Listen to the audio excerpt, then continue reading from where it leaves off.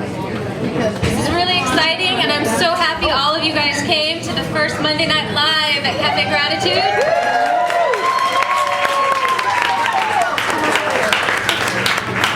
I really want to just start off by thanking Cafe Gratitude for allowing us to use their space, and for Matthew and Terces coming all the way up here to be the first speakers. So,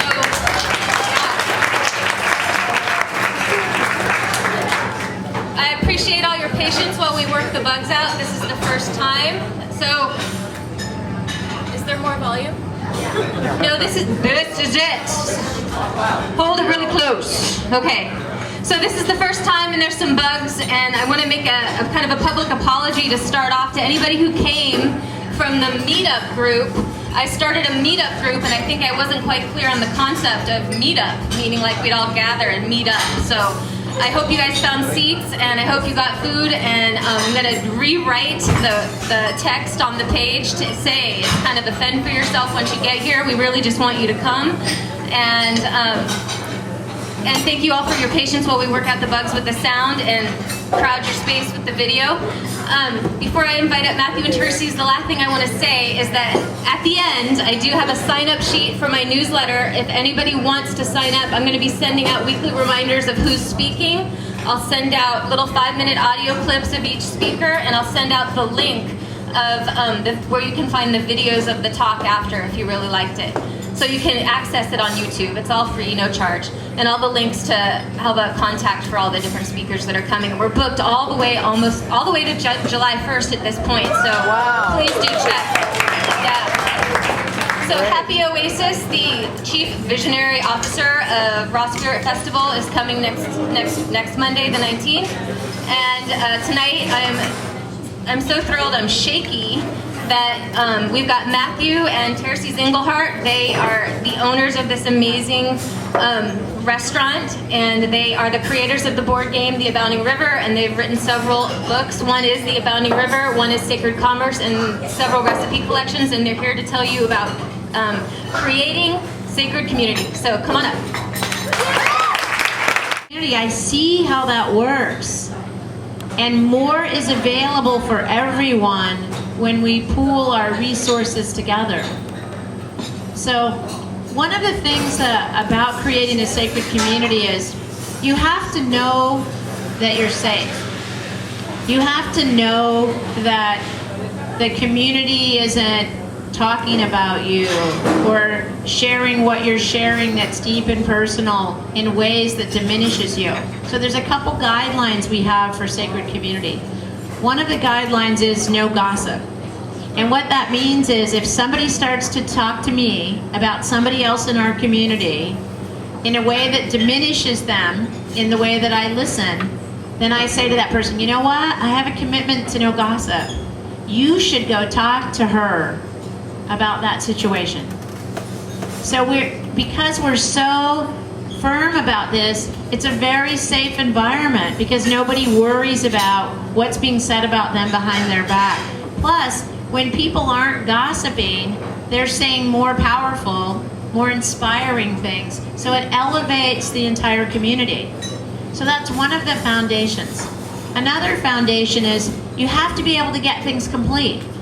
In our family, in the family I grew up in, it was a little bit like, my mother had some really beautiful figurines.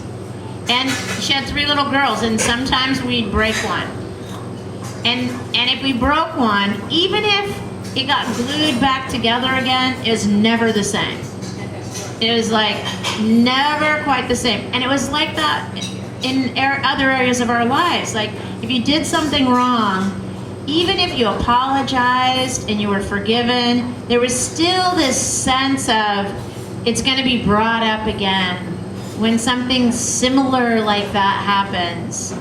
And so it creates the experience that you can never get back to whole and complete. And in this community, we have managers who we've fired. We rehire people who have stolen from us. Because in this community, you can take responsibility for something, you can clean up the mess, you can apologize, you can be forgiven, and you can get back to nothing. You can restore trust. There's no kind of chipped trust. It's whole trust. And it takes something to do that. But the work is never over with the person who broke the trust. It's always with you. It's always with you seeing the best in that other person. Believing in the goodness of the people that you work with, that you play with, that you dine with, that you commune with, that you live with. And so it's a powerful foundation for what's possible in community. And we want to teach, we want to demonstrate for you one of the tools that we use in order to attain this, and it's called clearing. And this is the foundation of our company. Every single employee gets cleared before every single shift.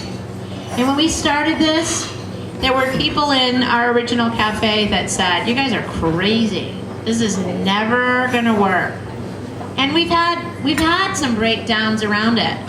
And yet, even in these times where we have a minimal staff and they're really busy, we say, don't diminish the clearing, because it's the foundation of our work. And what this means is that historically in business, people say, leave your problems at home. Just come to work and do your job. We say, bring it all here, because it's there anyway.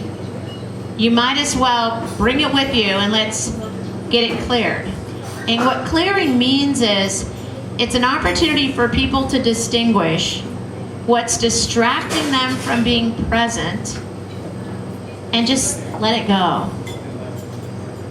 And this tool, if you take this from tonight on forward, is the most powerful single tool that we know to gift you with tonight that you can take on and practice in your lives. And the entire process is in our book, Step by Step by Step, Sacred Commerce. And if you have that book, you can just follow those steps. And if not, tonight you'll have an introduction to it. You can use this with your husband, with your wife, with your family, with your friends, with your children, with your parents, with business associates. And it's a really powerful tool for creating the foundation of presence with one another. So I'm going to ask someone to volunteer, and I'm telling you that so you can start to deal with your mind. Those of you that love to volunteer, those of you that don't love to volunteer, it's painless. I'm not going to hurt you. All you're going to do is sit up here and ignore the room, and I'm going to ask you a couple questions. And it's volunteering is an act of generosity. It's a gift to the community. And if you're somebody who's really shy and doesn't volunteer, I highly recommend that you volunteer right now, because that in itself would be like a breakthrough into some new possibility for yourself. So, have I talked long enough now to give you an opportunity to distinguish whether you're going to raise your hand or not? Okay, so who would like to volunteer and come up here and get cleared with me? Great, come on up. It's like, and if you're someone who didn't raise your hand just now, it's great. Just notice. Notice. Remember when you were a kid and you were in school and the teacher asked for someone to volunteer and everybody's hand went up? And now just notice, like, most of our hands don't go up. It's not good, it's not bad, it's not right, it's not wrong. It's just inhibiting your full participation in life. So, okay, ready, great. Michael, I met Michael earlier standing in line for the bathroom. So you have to talk kind of close to the microphone and pretty loud, okay?